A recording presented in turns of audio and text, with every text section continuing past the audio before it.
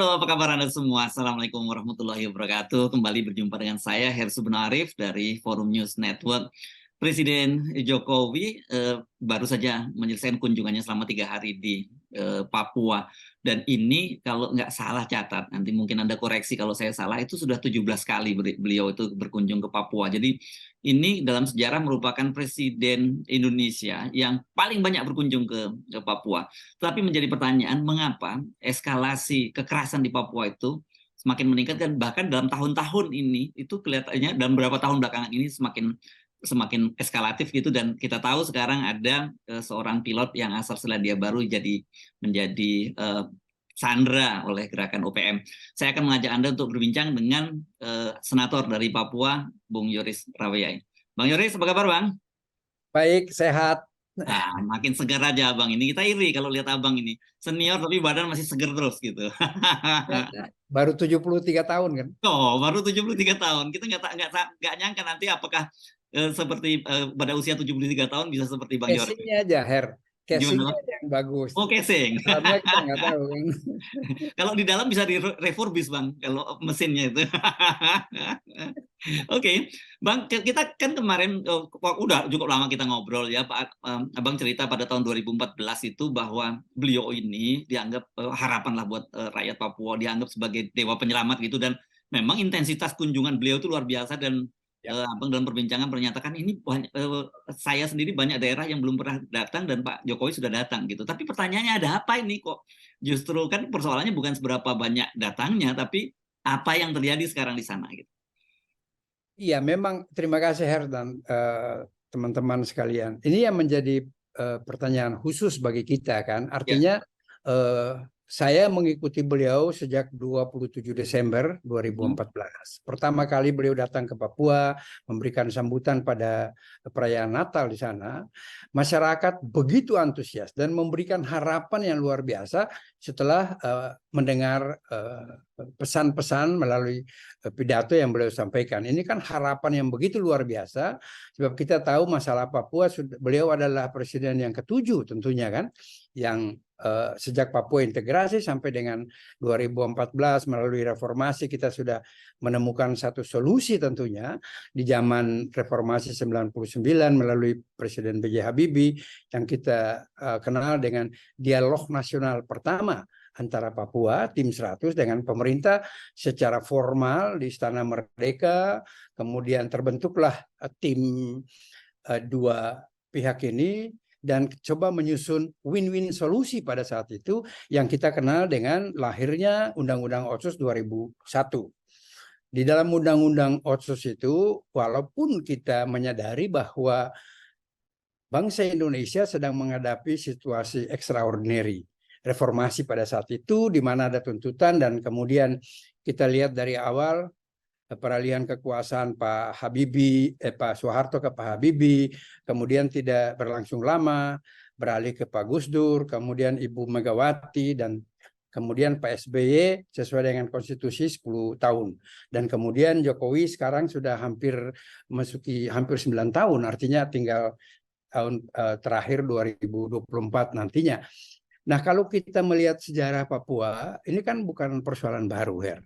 Jadi kita semua pahami dan banyak versi yang muncul di situ kan, dengan segala macam persoalannya, dan setiap rejim, setiap pemimpin negara yang baru, semua pasti punya komitmen yang sama untuk bagaimana menyelesaikan Papua secara komprehensif. Dan saya pikir harus kita jujur akui bahwa solusi yang ditemukan pada saat reformasi dengan Undang-Undang Otsus itu adalah satu win-win solusi yang terbaik. Ada kekurangan, ada perbedaan, iya, karena situasi politik pada saat itu.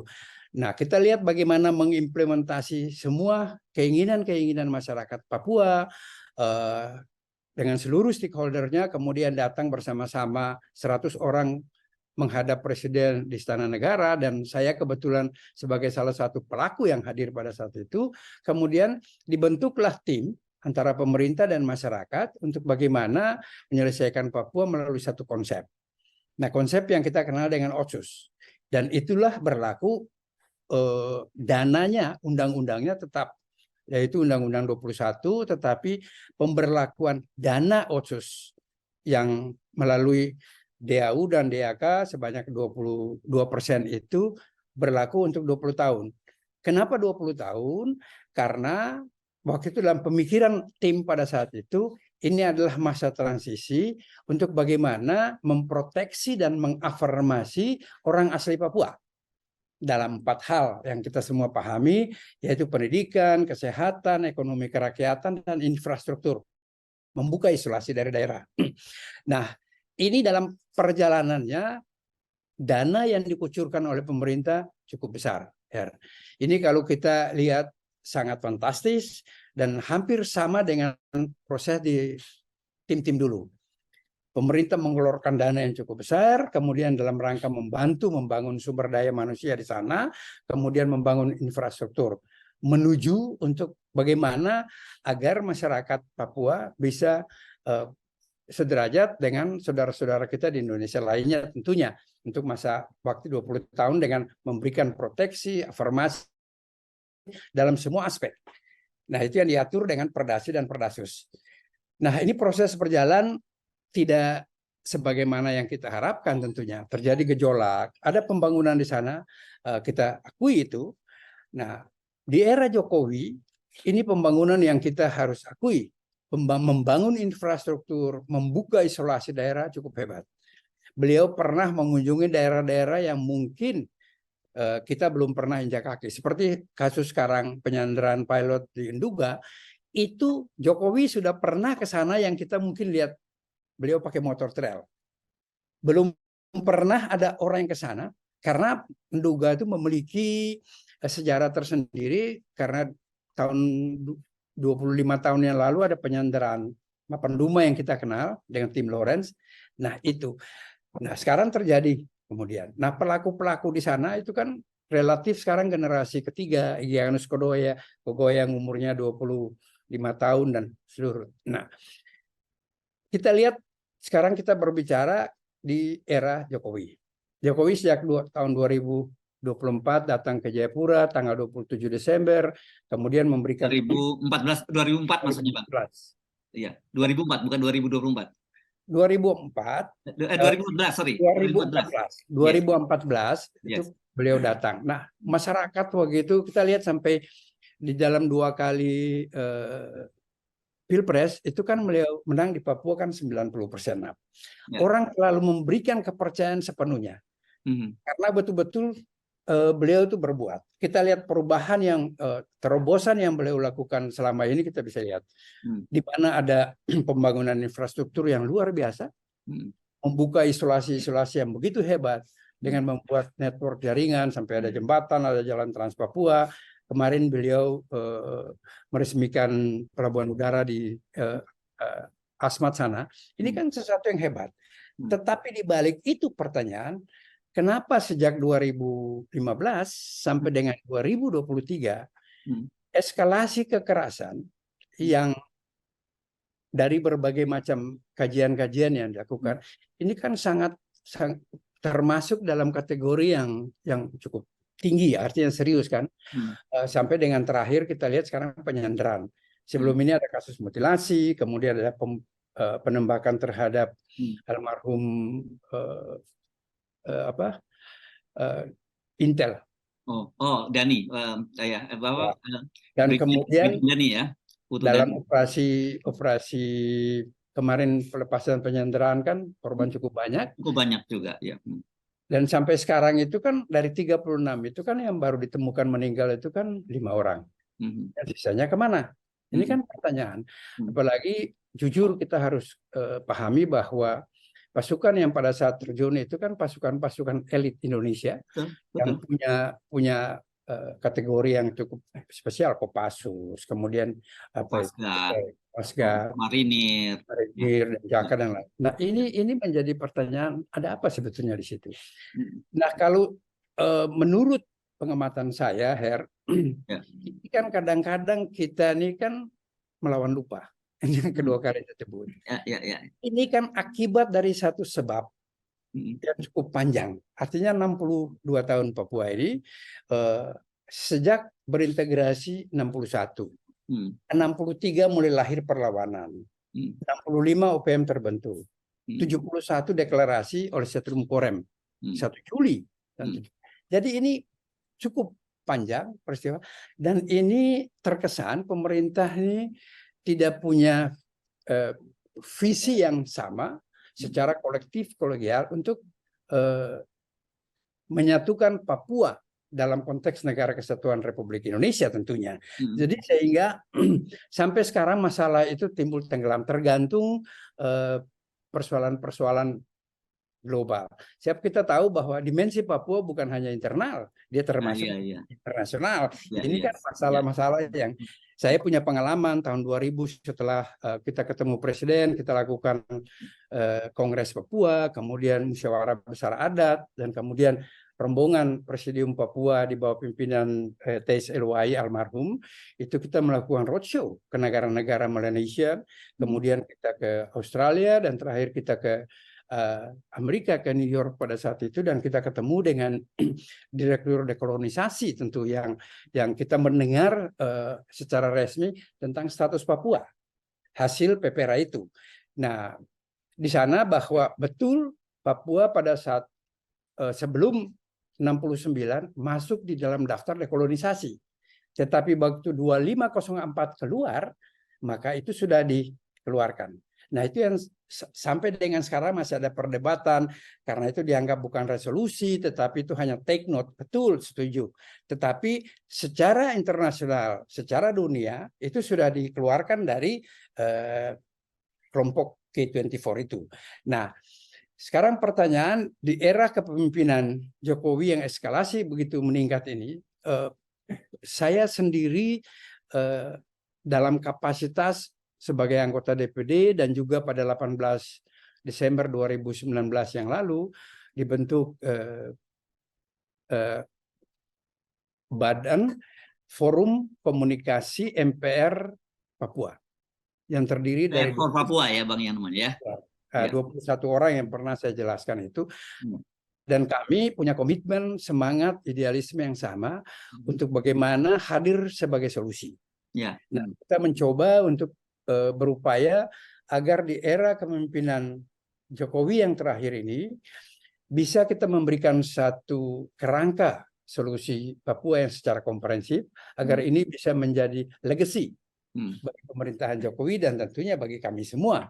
Dan itu memang proses kami sudah lakukan pada bulan Maret 2020 yang lalu, kemudian terhambat dengan COVID 3 tahun lamanya. Tetapi semangat itu tidak kurang. Kita terus berupaya dan kita membangun komunikasi dengan pemerintah tentunya. Nah, kita selalu mempertanyakan kok kenapa eskalasi kekerasan yang sekarang ini cukup serius, terutama pelanggaran HAM, kemudian pengerusakan sarana-sarana pemerintah seperti kebakaran rumah-rumah sarana pemerintah, kantor bupati, kantor kodim. Kemarin saja, ini hari apa kemarin, itu ada kejadian di Tinggi Nambut yang 2 tentara kena tembak, juga ada penyerangan terhadap itu. Dan sekarang penyerangan itu lebih terbuka dan cukup masif di hampir semua kabupaten-kabupaten dalam kategori, terutama di daerah Lapago dan Mepago. Ada di daerah Papua Barat itu hanya di Meibrat, kemudian di kampung saya sendiri di Yapen yang kemarin ada pembakaran mobil polisi. Tapi ini menjadi serius, menjadi pertanyaan kita semua kan, sampai sejauh mana pemerintah dalam hal ini aparat keamanan. Kita sudah bentuk Satgas Kartens, dulu ada Satgas Noken, dengan penambahan pasukan yang cukup banyak dalam rangka penegakan hukum. Setuju soal itu. Apalagi kalau kita lihat seperti tadi sebutkan bahwa kalau kita berbicara tentang kegiatan Egyanus ini, dalam kegiatan beliau sejak 2018 sampai dengan penyanderaan ini kan lebih dari 10 kali. Kegiatan-kegiatan kekerasan yang beliau lakukan, dan itu tidak ada yang dalam arti selamat. Semua dieksekusi kecuali pilot yang sekarang ini yang masih bertahan sudah hampir 5 bulan. Nah, memang di sini kita melihat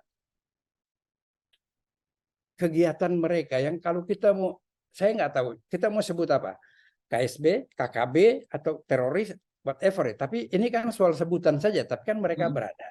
Nah kemudian kalau kita lihat pengalaman penyelesaian di Aceh umpamanya, atau di Poso, atau di Maluku, agak berbeda. Kalau GAM itu kan mereka di hutan. Tetapi kegiatan yang sekarang dilakukan di beberapa kabupaten di Lapago dan Mepago itu dalam kampung gitu kan. Bersama masyarakat ya mereka ya, itu hidup dalam masyarakat. Ya, kita kalau mau bilang bahwa mereka berlindung di balik masyarakat, toh jumlahnya berapa? Ya, ya. Dan saya pikir pasukan-pasukan terbaik bangsa ini sudah diturunkan ke sana kan. Betul. Dan menjadi korban. Ya, ini ya. pertanyaan gimana kan? Ya walaupun sekarang ada isu bahwa kita lihat aja Amerika yang begitu hebat toh bisa kalah di Vietnam, bisa kalah di Afghanistan, kurang apa gitu kan? Melawan teroris atau kita mau bilang separatis dan lain sebagainya. Tetapi menurut saya ini tidak bisa kita biarkan. Karena tadi saya sebut bahwa dimensi Papua ini kan sudah internasional dan semua persoalan-persoalan Papua itu kan lebih terekspos secara eksplisit itu di dunia internasional. Sementara kita di dalam negeri ini kan dengan penekanan-penekanan terhadap media sehingga tidak terlalu terekspos. Nah, di sana NGO cukup banyak. Kita tahu bahwa ada kurang lebih 14 sampai 18 negara yang memiliki NGO yang sekarang menyuarakan masalah-masalah Papua.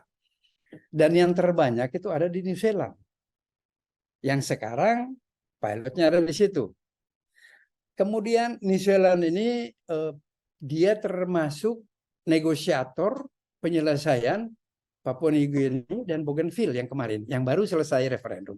Jadi memang agak susah kita mau memberikan data konkret terhadap pilot tersebut kan.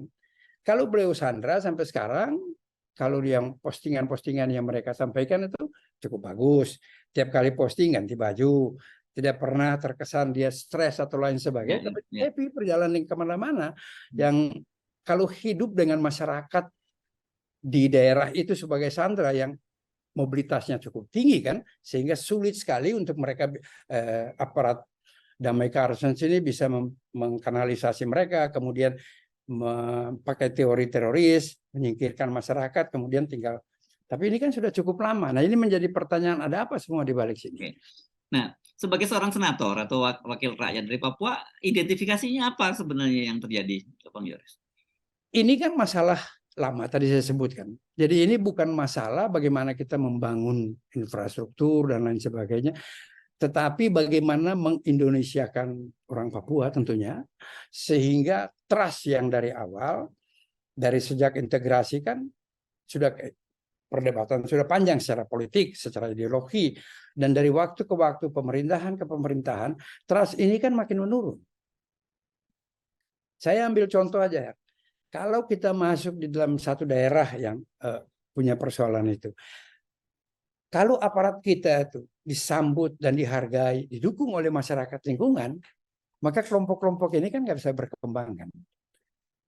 Tetapi kenapa sekarang setiap ada aparat yang turun ke satu daerah, masyarakatnya mengungsi?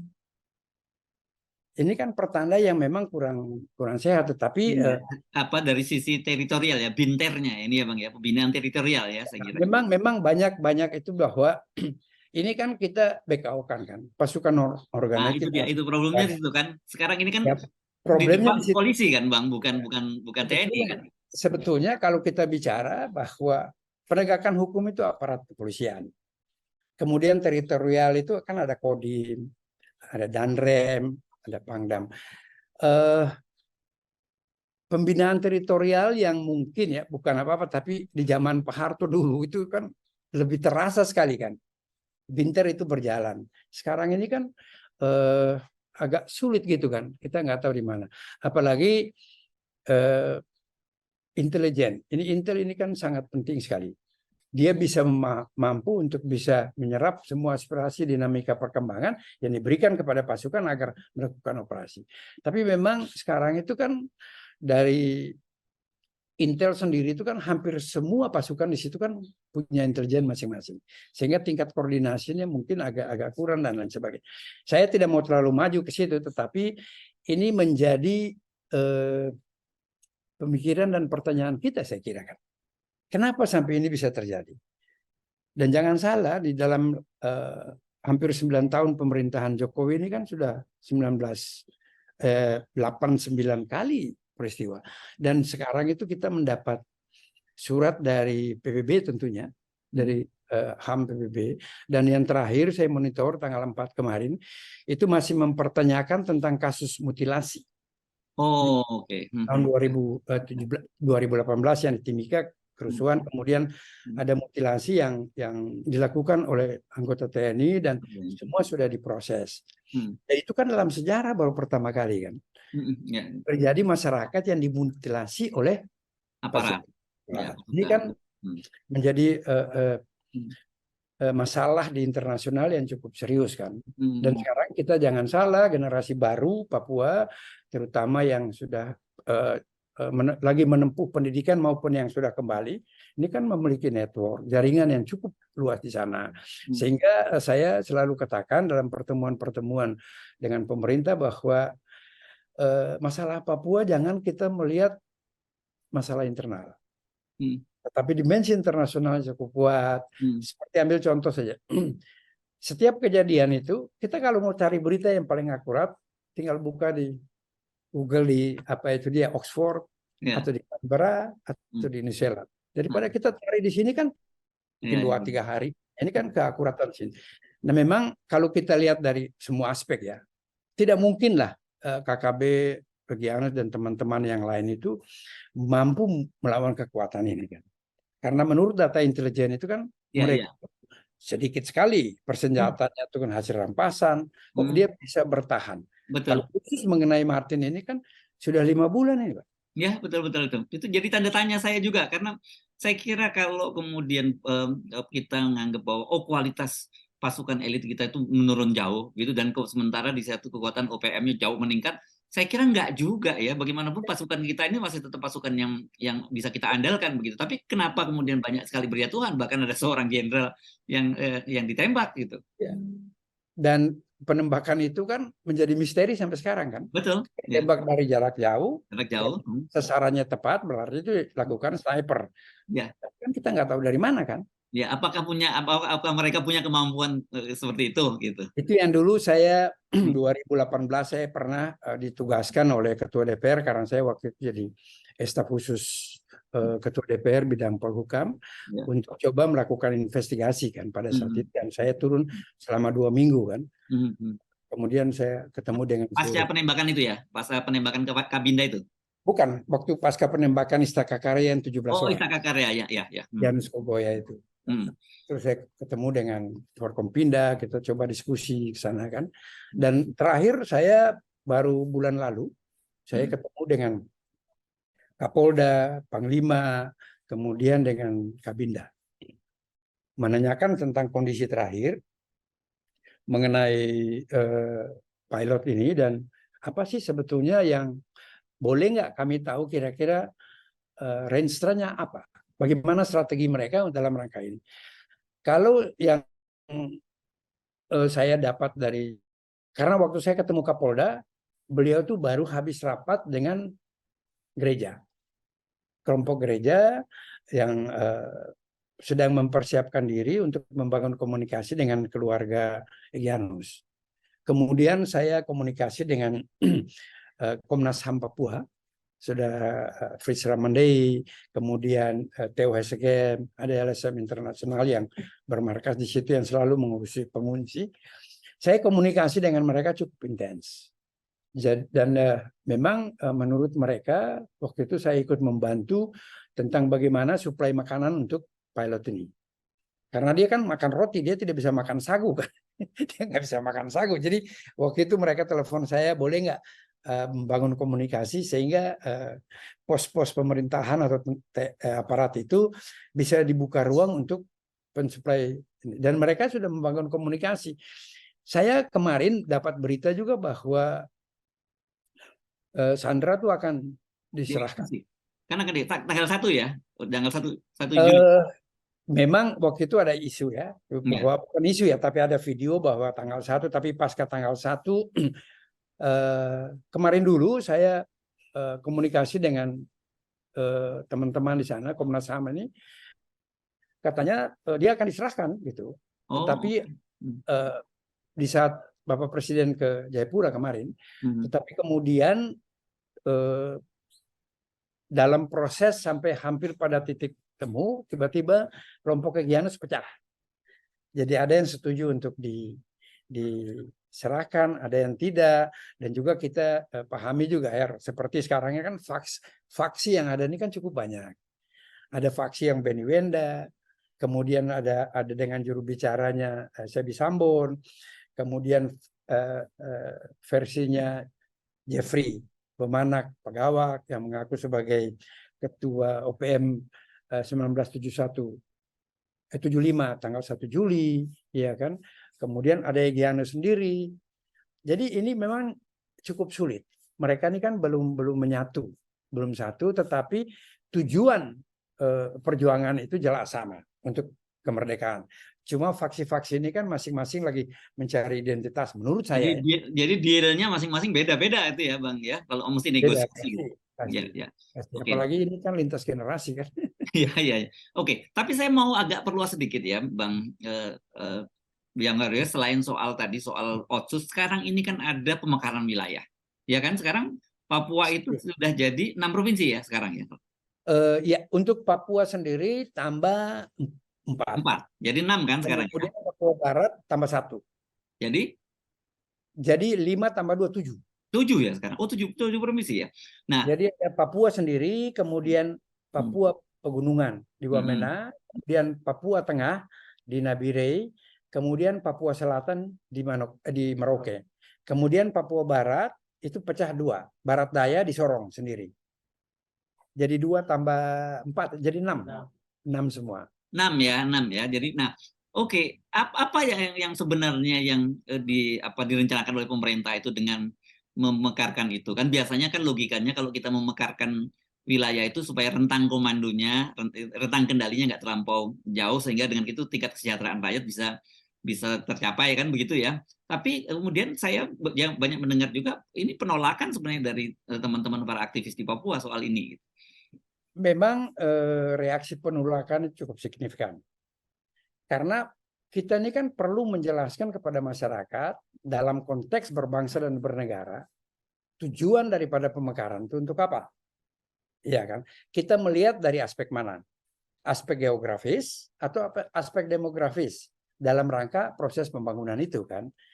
Memang pengalaman sejarah dan sampai sekarang masyarakat makin tahu bahwa kalau pemekaran maka masyarakat atau orang asli Papua akan termarginal. Iya kan? Karena dengan sendirinya akhirnya ada migrasi intelektual yang masuk. Untuk mengisi struktur-struktur pemerintahan. Sementara orang Papua ketersediaan sumber daya manusianya ya. Setuju. Itulah dulu di dalam Otsus Jilid pertama selama 20 tahun itu kita membangun sumber daya manusianya dulu kan. Dan kesehatan agar mengisi nanti program pemekaran itu sudah bisa terisi. Iya kan? Nah, itu makanya periode 20 tahun ini sudah selesai, kemudian pemerintah memang di dalam Otsus yang pertama itu disebutkan bahwa pemekaran itu berdasarkan kesepakatan dari provinsi yang direkomendasi oleh MRP. Nah, dalam revisi yang kedua dapat dilakukan. Istilah dapat ini menjadi persoalan. Makanya MRP menggugat pemerintah sampai ke Mahkamah Konstitusi dan lain sebagainya. Memang kalau kita lihat dalam kepentingan pengalaman masyarakat orang asli Papua, ini kan terjadi marginalisasi. Tetapi kalau kita lihat dalam konteks strategi pembangunan nasional, dari aspek geografis maka perlu dimekarkan sehingga rentang kendali ini kan bisa membangun. Sebab memang dengan dana yang cukup fantastis tentunya pasca Otsus 2001 sampai dengan 2019 itu kan pemerintah sudah mengucurkan dana yang cukup besar, lebih dari 1.000 triliun untuk hanya memanage 4 juta kurang lebih penduduk di Papua, jumlah secara keseluruhan. Ini kan yang saya selalu katakan, ini apakah sistemnya yang keliru atau manajemennya yang amburadul? Masa dengan 1.300 triliun untuk mengelola, memanage masyarakat di Papua ini kan kok sampai sekarang awalan ter itu kan masih terdapat di Papua, termiskin, tertinggal, terbodok, semua itu ada di sana. Ini kan anomali pertanyaan juga kan? Ya, oke. Ini kan waktu yang tersisa buat Pak Jokowi ini tidak lama lagi ya, 1 tahun ya, Bang Yoris, dan tahun depan 2024 kan? Ya, nggak lama lagi lah ya, kan artinya pertanyaan saya apa yang masih bisa dilakukan dan diharapkan dari Presiden Jokowi, dan kemudian semacam proposal dari teman-teman di Papua, terutama teman-teman di MPR itu untuk pemerintah yang akan datang sebenarnya. Itulah yang sedang saya bilang tadi kan dari awal. Kita sejak tanggal 18 Desember kami dapat SK, kemudian kita punya kesepakatan bahwa kita membuat satu konsep penyelesaian Papua secara komprehensif yang akan kita serahkan kepada pemerintah di era Jokowi agar ini bisa menjadi legacy bagi dia. Memang ada hambatan soal COVID, tapi itu bukan jadi alasan bagi kami. Tetapi terus kami lakukan itu dengan berbagai macam kajian. Kita melihat ada referensi yang cukup banyak seperti dari LIPI di roadmap itu. Memang itu sebetulnya yang menjadi dasar. Kenapa sih? Itu zaman SBY dulu kan memberikan instruksi kepada LIPI untuk membuat kajian tentang akar masalah Papua, kemudian lahirnya roadmap Papua itu kan. Tetapi belum terimplementasi secara benar. Nah, ini kita coba dengan situasi yang kekinian, kita merubah dia. Ya. Saya pikir jalan yang pemekaran ini bisa menjadi solusi tentunya. Tetapi perlu edukasi. Edukasi yang terus-menerus oleh pemerintah dan seluruh stakeholder untuk bisa menjelaskan sehingga masyarakat itu pasti sekarang mereka menolak. Saya ambil contoh begini, Her. Jadi kami di DPD itu kan ada fasilitas untuk melakukan 4 pilar. 4 pilar wawasan kebangsaan. Sosialisasi 4 pilar itu ya. Sosialisasi 4 pilar. Nah, saya dalam tahun ini saya sudah lakukan 6 kali. Dan saya fokus untuk mahasiswa yang sedang mengikuti pendidikan di Jawa dan Bali. Kami kumpul tiap 3 bulan sekali itu sekitar 35 sampai 50 orang. Kemudian saya membuka acara itu, kemudian kita diskusi. Saya bertanya sama mereka, menurut mereka, apakah pemekaran itu dibutuhkan atau tidak? Dari pertemuan itu hampir 98% menyatakan setuju. Setuju. Saya tanyakan sama mereka, apa alasan kalian kok bisa setuju? Sementara ada yang tidak setuju. Banyak kan stakeholder yang membuat demo dan lain sebagainya. Mereka punya alasan sebetulnya logik aja. Kalau tanpa pemekaran kita tidak ada di Jawa sekarang. Atau tidak ada di luar negeri untuk bersekolah. Ini karena ada pemekaran kan. Mulai dari pemekaran desa menjadi kabupaten, kemudian dana turun, kemudian ada fasilitas dengan 10% pendidikan dan kesehatan itu, kemudian pemerintah daerah masing-masing kabupaten itu bisa mengirim anak-anak didiknya untuk menempuh pendidikan di luar Papua maupun sampai ke internasional. Jadi itu setuju gitu. Jadi saya pikir ini kan karena politik aja. Pemerintah perlu untuk lebih intens melakukan sosialisasi kepada seluruh stakeholder tentunya kan. Ya. Kelompok yang dianggap berseberangan ini. Gitu. Ya. Oke, ini pertanyaan saya menurut ini penting saya ajukan kepada Bang Yoris sebagai orang Papua, tapi juga sekaligus orang Papua yang bergaul di level nasional gitu. Apakah orang Papua itu sekarang itu merasa dia jadi bagian Indonesia? Itu orang Papua aslinya ya, Bang Yoris. Dan sebaliknya bagaimana sih sebenarnya orang-orang Indonesia ini dan pemerintah pusat itu memandang orang Papua. Ini kalau dalam konsep sosiologis kita sebut yang sebagai the others gitu, lian gitu, orang lain gitu yang menganggap itu. Apakah ada semacam itu, Bang Yoris? Itu yang saya katakan tadi kan. Hmm. Pertama tuh bahkan bagaimana membangun orang Papua karena dia tidak berproses terhadap menjadi Indonesia. Tapi dia berintegrasi yang menjadi persoalan dan pertanyaan sampai sekarang. Ada yang menganggap ini anak 62 tahun ya, makanya itu saya bilang. ya. Pertama itu kita pertama kami diskusi ini sejak dari Pak Harto tentunya ya kan. Saya mengikuti proses ini terus bagaimana mengindonesiakan orang Papua. Nah, karena kita lihat trust, kepercayaan masyarakat terhadap negara ini melalui pemerintahannya sampai sekarang, ini kan makin hari makin turun kan. Ini kan kehilangan trust.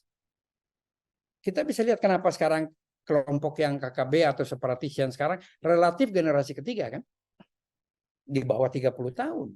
Yang mereka sebetulnya tidak pernah memahami, mengikuti proses-proses perjuangan bangsa Papua dari awal. Tetapi mereka itu memiliki memori pasionis yang panjang. Oleh perilaku aparat kita pada saat itu. Mulai dari operasi tahun 65, 71, 70, dan seterusnya. Yang dilakukan yang mereka melihat, menyaksikan keluarganya menjadi korban daripada pemerintah melalui aparat itu tidak pernah ada proses healing. Pemerintah tidak pernah melakukan pendekatan terhadap mereka. Bagaimana? Ambil contoh saja Nduga. Sejak proses Mapanduma yang kemudian Sandra dilepas oleh Pak Prabowo itu kan meninggalkan luka-luka kan. Bapaknya Janus dulu dibunuh, Yai Rusdi Yangge yang sekarang jadi ini. Nah, habis itu penyanderaan, itu daerah lenyap selama hampir 20 tahun. Baru kemudian dia dimekarkan menjadi kabupaten baru. Nah, selama 20 tahun ini pemerintah membiarkan masyarakat di sana. Dia hidup di mana dia menyaksikan ini kan. Begitu kita mulai proses membangun dan lain sebagainya, ada cultural shock di situ kan. Gimana sih mereka ini? Dan itu hampir merata di antara Lapago, Mepago. Kalau pesisir relatif sudah seperti Sereri, Tabi, Animha, Mamta, itu relatif sudah ada percampuran asimilasi kan. Yes, ya. Cukup panjang. Ya. Yang secara antropologi untuk membuka daerah-daerah itu masih dibutuhkan kurang lebih 50 tahun. Itu menurut antropologi kan. Dengan kesulitan-kesulitan yang dihadapi, kultur budaya, seperti contoh begini. Masyarakat Lapago dan Mepago itu punya budaya perang. Yang tiap tahun kita bisa saksikan kan di Lembah Bali. Ini pegunungan semua ini Bang ya? Ya. Kita bisa saksikan tiap tahun ada festival perang kan. Nah, sekarang mereka berhadapan dengan TNI dianggap ini perang suku. Walaupun mereka punya keterbatasan artinya dengan pakai tradisional, tetapi dianggap ini biasa. Yang kebetulan sekarang ini mereka masih unggul kan. Kan kalau perang suku itu harus satu lawan sampai ada sama, baru mereka bakar batu, ada perdamaian kan.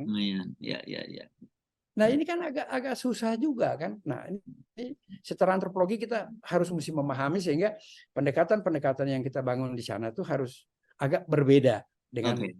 Nah, itu kan dari sisi orang Papuanya Bang. Ya. Nah bagaimana dari sisi negara atau katakan orang Jakarta melihat Papua itu?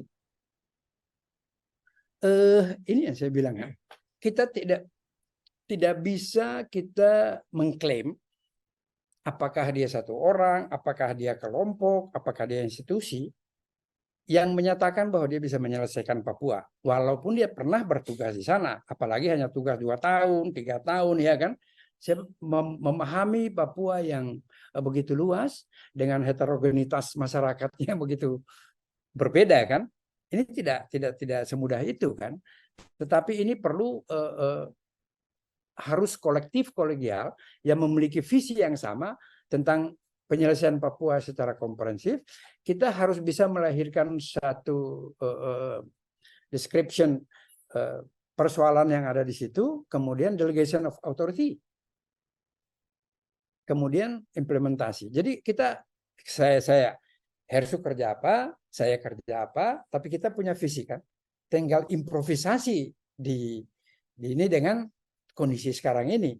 Seperti selalu Bung Rocky bilang, sekarang dalam era demokrasi ini kita harus mampu untuk punya kemerdekaan berpikir kan, yang kita narasikan dan kita diskusikan dengan orang. Kalau itu disumbat saja secara demokrasi ya gimana gitu kan? Ya, oke. Ya. Paham kan? Ya, Bang, ini tadi kan di awal Abang menyinggung soal bagaimana setelah Otsus itu dana itu melimpah di Papua. Sama seperti yang terjadi di Timur Timur begitu. Dan kita punya pengalaman di Timur Timur akhirnya lepas, meskipun itu proses referendumnya kita bisa perdebatkan lah begitu ya. Tetapi banyak orang juga melihat ada kekhawatiran bahwa kasus Timur Timur itu bisa terulang lagi di Papua. Anda melihat ada tendensi itu nggak? Tadi kan saya dari awal sudah kasih sinyal bahwa ini kan dimensi internasional kan. Kalau kita berbicara itu kita lihat kasus Tim-Tim kan. Pada terjadi situasi konflik perang dingin, ya kan? Ekonomi Rusia. Yes. Apakah sekarang tidak terjadi? Betul. Dengan skala yang lebih luas. Betul. Kita lihat aja kemarin itu Amerika, Australia, dan PNG membuat satu kesepakatan tentang penguatan kekuatan mereka di kawasan Asia kan. Yang kemarin sudah menjadi isu yang dan itu sekarang menjadi perbincangan kan. Jadi saya pikir kita berdoa dan itu perlu upaya keras dan tidak bisa diselesaikan oleh orang per orang atau kelompok, tapi perlu untuk secara kolektif karena kecintaan kita terhadap Negara Kesatuan Republik Indonesia. Mari kita bicarakan itu. Ini kan sekarang banyak sekali kan kelompok-kelompok yang menarasikan berbagai hal kan. Nah, saya selalu berkata bahwa prinsip saya itu kan hadir sebagai solusi, bukan sebagai pemantik dalam hal ini kan. Tinggal bagaimana kita membangun komunikasi dengan narasi-narasi yang lebih soft gitu kan. Baik, oke, Bang Yoris, ini sebenarnya dalam ini perenungan, mesti perlu perenungan yang dalam ya. Setuju sekali. Tapi kita tentu saja tidak boleh putus Terima berharap. kasih banyak. Ya. Kita lihat perkembangan dinamika perkembangan ini, kita saling update gitu bagaimana ya, dan tentu saja tidak hanya sekedar berharap, tapi harus ada langkah-langkah konkret yang untuk dilakukan itu ya, yang arahnya seperti solutif seperti Anda sebutkan tadi ya. Kita harus dorong ke pemerintah kan. Yes, ya. Dan saya yakin Presiden dengan seluruh ini hari kan mereka 3 hari kan cukup intens di sana untuk melakukan kajian-kajian. Baik, terima kasih Bang Yoris Rawe ya, Ketua MPR Papua ya sebutannya ya. Terima kasih. Terima kasih. Selamat sore. Ya, demikian tadi perbincangan saya dengan Bapak Yoris Rawe ya. Ini beliau senator dari Papua dan juga sekaligus sebagai Ketua MPR Papua. Saya Hersu Arif dari Forum News Network. Sampai jumpa lagi. Assalamualaikum warahmatullahi wabarakatuh.